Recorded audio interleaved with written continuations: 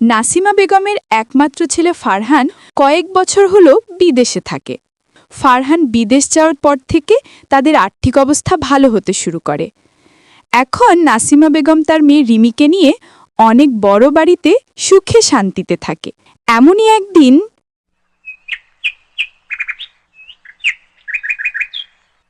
কি হলো আপা, তুমি কেমন আছো? এখন তো আর আমাদের বাড়িতে আসো না। একসময় কত আসতে, আমরা কত গল্প করতাম। এখন আর শরীর তেমন ভালো থাকে না নাসিমা। সব সময় মনে হয় একটু শুয়ে থাকি, তাহলেই হয়তো শান্তি পাবো। কিন্তু তবুও তো শান্তি পাই না। আসলে বয়স তো বেশ হয়েছে, তাই শরীর আর চলে না। যাই হোক আপা, আজ এসেছো, এতেই আমি খুশি। আজকে সারাদিন আমাদের বাড়িতেই থাকো। রান্না করে মজা করে দুজনে খাবো। এতে করে আমাদের একটু হলেও ভালো লাগবে। দেখি, যদি থাকতে পারি থাকবো। তা তুমি তোমার ছেলেকে বিয়ে দিচ্ছ না কেন? ফারহানের তো বিয়ের বয়স পেরিয়ে যাচ্ছে। কতদিন আর এভাবে বিদেশে একা পড়ে থাকবে? ছেলেকেও তো সংসার করে দিতে হবে নাকি? তা তো করাতেই হবে। এতদিন কি করে বিয়ে করাবো বলো তো? এত টাকা খরচ করে বিদেশে পাঠিয়েছি, সেগুলো তো ইনকাম করতে হবে, তাই না? তা না হলে কি করে ঋণের টাকা দেব? ওর বাবা মারা যাওয়ার পর থেকেই তো কষ্ট করছি। নিজেদেরও তো একটু শান্তি দরকার। কোন বাড়ির মেয়ে বা ঘরে আসবে, সেই কি আদৌ ভালো হবে নাকি খারাপ হবে কে জানে। এগুলো ভেবে তো আর লাভ নেই। কপালে যা আছে তাই হবে। শোনো, একটা গরিব পরিবারের মেয়েকে ঘরে নিয়ে আসো। দেখবে সে খারাপ হতে পারবে না, তোমার কথা মতো চলবে। এই কথা তুমি ঠিক বলেছ আপা, আমিও এটাই ভেবেছি। আর বেশি দেরি করব না। খুব তাড়াতাড়ি একটা মেয়ে দেখে ছেলেকে বিয়ে করাবো। ফারহানও তো কিছুদিনের মধ্যেই বাড়ি আসবে। এভাবেই তারা কথা বলতে থাকে। বেশ কিছুদিন পর ফারহান 2 মাসের ছুটিতে দেশে আসে।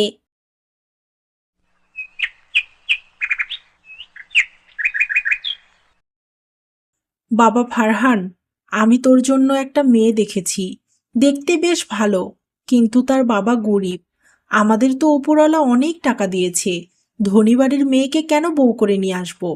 তার চাইতে একটা গরিব ঘরের সুন্দরী মেয়ে আনলে সেও ভালো থাকবে, সাথে আমরাও। তুই কি বলিস বাবা? তোর কোনো আপত্তি নেই তো? মা, আমি কি কখনো তোমার কোনো কথায় আপত্তি করেছি? তোমার যা ভালো মনে হয় তুমি তাই করো। আমি জানি আমার মা আমার জন্য যে সিদ্ধান্ত নেবে সেটাই ভালো হবে। এই কথা শুনে নাসিমা খুব খুশি হয়। আর কিছুদিনের মধ্যেই নীলা নামের একটা মেয়েকে ফারহানের সাথে বিয়ে দিয়ে দেয়। আজকে আমাদের জীবনের প্রথম পথ চলা শুরু হলো, তাই তোমাকে কিছু কথা বলতে চাই, যেগুলো বলা খুব দরকার। আপনি সব কথা বলতে পারেন। আপনার পরিবার সম্পর্কে, জীবন সম্পর্কে, সেগুলো আমারও জানা প্রয়োজন। হ্যাঁ, ঠিক বলেছ। শোনো, আমার জীবনে আমার মা আর বোন অনেক গুরুত্বপূর্ণ। ওদের ছাড়া হয়তো আমি বাঁচবই না। আজ আমার মায়ের জন্যই আমি বিদেশে গেছি, এত টাকা উপার্জন করছি। তাই এই টাকার ওপর কিন্তু তোমার থেকেও অনেক বেশি আমার মা আর বোনের অধিকার। তাই এই বিষয় নিয়ে তাদের কখনো কিছু বলবে না। আর বললে আমি কি করব সেটা না হয় নাই বললাম।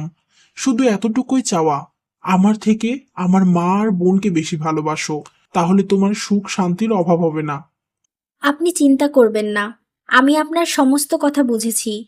আমি গ্রামের মেয়ে, আমিও পরিবারের সবাইকে নিয়ে ভালো থাকতে চাই। কখনোই আপনার মা আর বোনকে অযত্ন করব না। আমার উপরে বিশ্বাস রাখতে পারেন। কথাটা শুনে খুশি হলাম। এবার চলো আমরা ঘুমিয়ে পড়ি, অনেক তো রাত হয়ে গেছে। এরপর তারা ঘুমিয়ে পড়ে। পরের দিন সকালবেলা প্রতিবেশীরা নীলাকে দেখতে আসে। শোনো, আমি তোমার সম্পর্কে যা হই, তাই বলছি কি তাড়াতাড়ি তাই বলছি কি তাড়াতাড়ি আমাদের একটা খুশির খবর শোনাও। ফারহান তো মাত্র কিছুদিনের জন্য দেশে এসেছে। হ্যাঁ গো নতুন ভাবি, প্রবাসীর বউ হয়েছ। প্রবাসীদের কিন্তু অনেক সন্তান দরকার, তারা সন্তান ভালোবাসে। এই দেখো না, আমার বিয়ে হয়েছে 4 বছর, এখন আমার 2 সন্তান। এই জন্য সবাই যে আমাকে কত ভালোবাসে বোঝাতে পারবো না। সন্তান তো আমরা ইচ্ছা করলেই নিতে পারি না, বিধাতা যদি চান তাহলে নিশ্চয়ই হবে।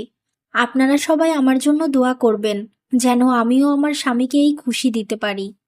এভাবেই তারা কথা বলতে থাকে। দেখতে দেখতে ফারহানের ছুটির সময় শেষ হয় আর সে আবার বিদেশ চলে যায়। বিয়ের পর নীলার বাচ্চা না হওয়ায় তার শাশুড়ি একদম খুশি ছিল না। এমনই একদিন, মা, এই নিন আপনার চা। লাগবে না আমার চা, তুমি চলে যাও এখান থেকে। কিছুদিন আমার সামনে আসবে না, তোমাকে দেখতেই মন চাইছে না আমার। কেন মা, আমি কি করেছি? আপনি আমার উপর রেগে আছেন কেন? আমার যদি কিছু ভুল হয়ে থাকে বলেন, আমি সেটা ঠিক করে নেব। এখন কি আর ঠিক করার সময় আছে? আমার ছেলেটা 2 মাসের ছুটিতে এসেছিল, তারপরেও একটা সন্তান দিতে পারলে না। অন্যদিকে সবারই বিয়ের পর বাচ্চা হয়ে যায়, আর তুমি কি করলে? কত মানুষ অপেক্ষা করে আছে এটা শোনার জন্য। আমি সবাইকে কি জবাব দেব বলো? মা, আমরা তো চেষ্টা করেছি। উপরওয়ালা যদি না চান কি করে হবে? আর এটাতে আমারই বা কি দোষ বলেন? আমি তো এমনটা ইচ্ছা করে করি নাই মা। চুপ করো, একদম কথা বলবে না। একটা সন্তান দিতে পারোনি, আবার বড় বড় কথা বলছো? নিশ্চয়ই তোমার কোনো সমস্যা আছে। অন্যদের হলে তোমার কেন হবে না? আমি তোমাকে আজই ডাক্তারের কাছে নিয়ে যাব, তুমি রেডি হয়ে আসো। এই কথা শুনে নীলা কষ্ট পেলেও আর কিছু বলে না। কিছুক্ষণ পর নাসিমা বেগম নীলাকে নিয়ে ডাক্তারের কাছে যায়। আর ডাক্তার সবকিছু দেখে বলে, দেখেন, আপনার বৌমার কোনো সমস্যা নেই, তার সবকিছু ঠিক আছে। সন্তান না হওয়ার অনেক কারণ থাকতে পারে। প্রথম কারণ, তাদের দুজনকে তো বেশি সময় দেওয়া হয়নি, তাই হয়তো এমন হয়েছে। পরের বার আপনার ছেলে আসলে নিশ্চয়ই হবে, তাই চিন্তা করবেন না, আপনারা এখন আসতে পারেন। এরপর নাসিমা নীলাকে নিয়ে বাড়ি ফিরে যায়। নীলার সন্তান না হওয়ায় অনেকেই খারাপ কথা বলতে থাকে, কিন্তু সেগুলো গায়ে না মেখে সে সংসারের কাজ করতে থাকে। এমনভাবেই দিন কেটে যায়। একদিন, কি রে নীলা, তুই এত চুপচাপ বসে আছিস কেন মা? কি হয়েছে তোর?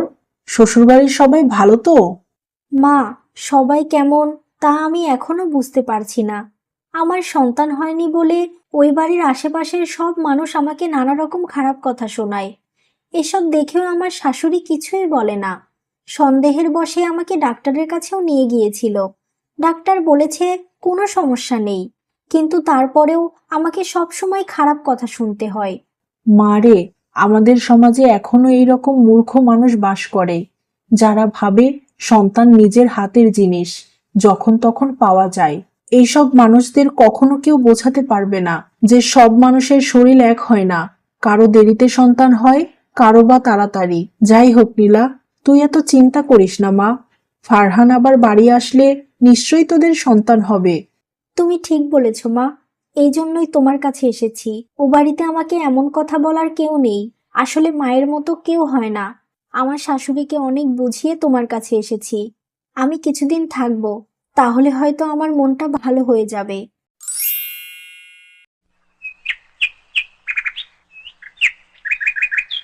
মা, আপনি এখানে?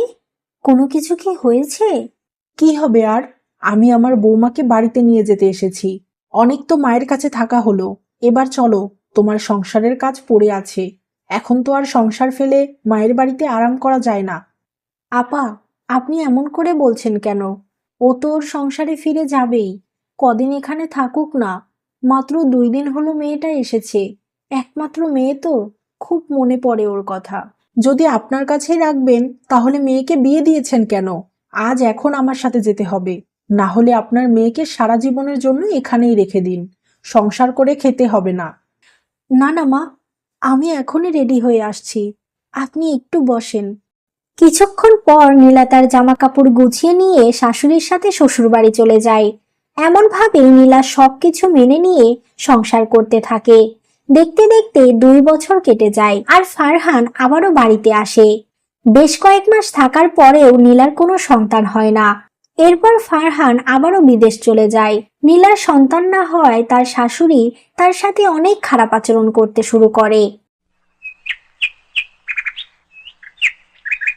শোনো নীলা, তুমি হয়তো কখনোই আমার ছেলেকে সন্তান দিতে পারবে না, তাই আমি আমার ছেলেকে আবারও বিয়ে করাবো।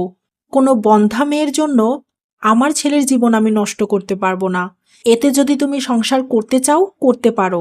গরিব ঘরের মেয়ে তুমি, অন্তত ভাত কাপড়ের অভাব হবে না। তুমি এটা মেনে নাও যে তুমি একটা বন্ধ্যা মেয়ে। তোমার কখনোই সন্তান হবে না, তাই তোমার সমস্যার জন্য আমার ছেলে কেন বাবা হতে পারবে না? এবার তুমি যাও, ঘরের কাজগুলো করে ফেলো। এটা শুনে নীলা কান্না করতে করতে সেখান থেকে চলে যায়। হে বিধাতা, তুমি আমাকে একটা সন্তান কেন দিলে না? আজ একটা সন্তান থাকলে আমার সংসারটা এভাবে ভেঙে তছনছ হয়ে যেত না। আমি কি করব এখন? ওকে কি একবার কল করে বুঝিয়ে বলবো যে আমরা আরেকবার চেষ্টা করে দেখি? হয়তো কোনো কাজ হবে না। সে তো আমার কোনো কথাই শুনবে না। মাই তার জীবনের সব, আমার কোনো গুরুত্ব নেই। এভাবেই নীলা কান্না করতে থাকে। দেখতে দেখতে 1 বছর কেটে যায়। এরপর নাসিমা বেগম তার পছন্দ করা মেয়ের সাথে ফারহানের বিয়ে দেয়। তিশা, এতদিন হয়ে গেল, কোনো সন্তান হচ্ছে না কেন? কি সমস্যা তোমার? যে জন্য তোমাকে এ বাড়িতে নিয়ে এসেছি সেটাই তো হচ্ছে না। মা, আমার কোনো সমস্যা নেই। কি জন্য সন্তান হচ্ছে না সেটাও জানি না। তাই আমি আর আপনার ছেলে কালকে ডাক্তারের কাছে যাচ্ছি। আপনার ছেলের কিছু টেস্ট করা প্রয়োজন। কি বলছো তুমি? আমার ছেলে কি টেস্ট করবে? ছেলেদের কোনো সমস্যা থাকে না, যত সমস্যা মেয়েদের হয়। ফারহান কোথাও যাবে না, আমি তোমাকে কালকে ডাক্তারের কাছে নিয়ে যাব। হয়তো তোমার কিছু ওষুধের প্রয়োজন। শোনেন মা, আমি কিন্তু মূর্খ না, সবকিছু বুঝেই কথা বলি। আর আপনার ছেলেকে বিয়ে করার আগেই আমার সব জানা হয়ে গেছে। আমার কোনো সমস্যা নেই, এখন কোনো কথা বলতে চাই না। যা হওয়ার কাল হবে। এই বলে তিশা চলে যায়। পরের দিন সকালে তিশা আর ফারহান ডাক্তারের কাছে যায়। আর ডাক্তার বলে ফারহান কখনোই বাবা হতে পারবে না। এটা শুনে ফারহান অনেক কষ্ট পায়। সে একদম ভেঙে পড়ে। মা, আপনার ছেলের বাবা হওয়ার কোনো ক্ষমতাই নেই। আর আপনি এমন অক্ষম ছেলের জন্য দুইটা মেয়ের জীবন নষ্ট করে দিলেন। একটাবার তো ফারহানকেও ডাক্তারের কাছে নিয়ে যাওয়া উচিত ছিল। না না, আমি এমন অক্ষম ছেলের সাথে কিছুতেই সংসার করতে পারবো না। আজই আমি এ বাড়ি থেকে চলে যাব, কিছুতেই এখানে থাকবো না আমি। এসব তুমি কি বলছো নতুন বৌমা? আমার ছেলের কোনো সমস্যা হতে পারে না। যদি বিশ্বাস না হয় আপনার ছেলের মুখ থেকে শুনে নিন, আর সব রিপোর্টও আছে আমার কাছে। আমি কোনো কিছুই শুনতে চাই না। যদি সত্যি আমাদের স্বামী সন্তান দিতে না পারে, এখানে তার কি দোষ? সে তো নিজে কিছুই জানে না। তুমি এভাবে ওনাকে ছেড়ে চলে যেও না তিশা। সে তোমাকে খুব ভালোবেসে ফেলেছে, আমার থেকেও অনেক বেশি ভালোবাসে তোমাকে। শোনো, তুমি একটা গরিব ঘরের মেয়ে, এসব মেনে নিয়ে তুমি সংসার করো। কিন্তু আমি পারবো না। আর এই 2 দিনের ভালোবাসার কোনো দাম নেই। তোমার সাথে এত বছর সংসার করেও যদি দ্বিতীয় বিয়ে করতে পারে, তাহলে আমাকেও ভুলে যেতে সময় লাগবে না। তাই আর এক মুহূর্তও এখানে থাকবো না আমি। এসব বলে তিশা বাড়ি ছেড়ে চলে যায়। এরপর ফারহান আর নাসিমা নীলার কাছে ক্ষমা চায়। আপনারা আমার সাথে যা করেছেন, কখনোই সেই দিনগুলো আমি ভুলতে পারবো না। আজ আমি আপনাদের ক্ষমা করে দেব। আপনার ছেলের সাথে সংসার করব। আপনার ছেলে সন্তান দিতে অক্ষম জেনেও। তাহলে আমি কি দোষ করেছিলাম? আমাকে কেন এতটা অপমানিত হতে হলো? আমি মেনে নিলে আপনার ছেলে আর আপনি কেন পারেননি বলেন? আমার কাছে কোনো উত্তর নেই নীলা। আমি জানি অনেক কষ্ট দিয়েছি তোমাকে। যদি একবার আমাদের সুযোগ দিতে, ভালোবাসায় ভরিয়ে দিতাম বৌমা। নীলা, আমাকে তুমি ক্ষমা করে দাও। আমি আজ বুঝতে পেরেছি সন্তান জন্ম দিতে না পারলে কতটা কষ্ট হয়, কত অপমানিত হতে হয়। আমি তোমাকে কথা দিচ্ছি, আমার জীবন থাকতে তোমাকে কখনোই আর কষ্ট দেব না। আমি তোমাকে খুব ভালোবাসি। আমার ভালোবাসার কাছে সবকিছু তুচ্ছ। কিন্তু আবারও একটা জিনিস প্রমাণ হলো, অন্যায় করলে তার শাস্তি মানুষ না দিলেও উপরওয়ালা ঠিক দেয়। আজ যদি সবকিছু মেনে নিয়ে সংসার করতে আমার সাথে, তাহলে অনেক সম্মান নিয়ে বাঁচতে পারতে। কিন্তু আজ দেখো তোমার সাথে কি হলো। তাই নতুন করে আমি আর কোনো কষ্ট দিতে চাই না তোমাকে। এভাবেই নীলা এক মহৎ মানুষের পরিচয় দেয়। বেশ কিছুদিনের মধ্যেই নীলা একটা কন্যা সন্তান দত্তক নিয়ে আসে। আর তারা সেই মেয়েকে নিয়েই নতুন করে জীবন শুরু করে।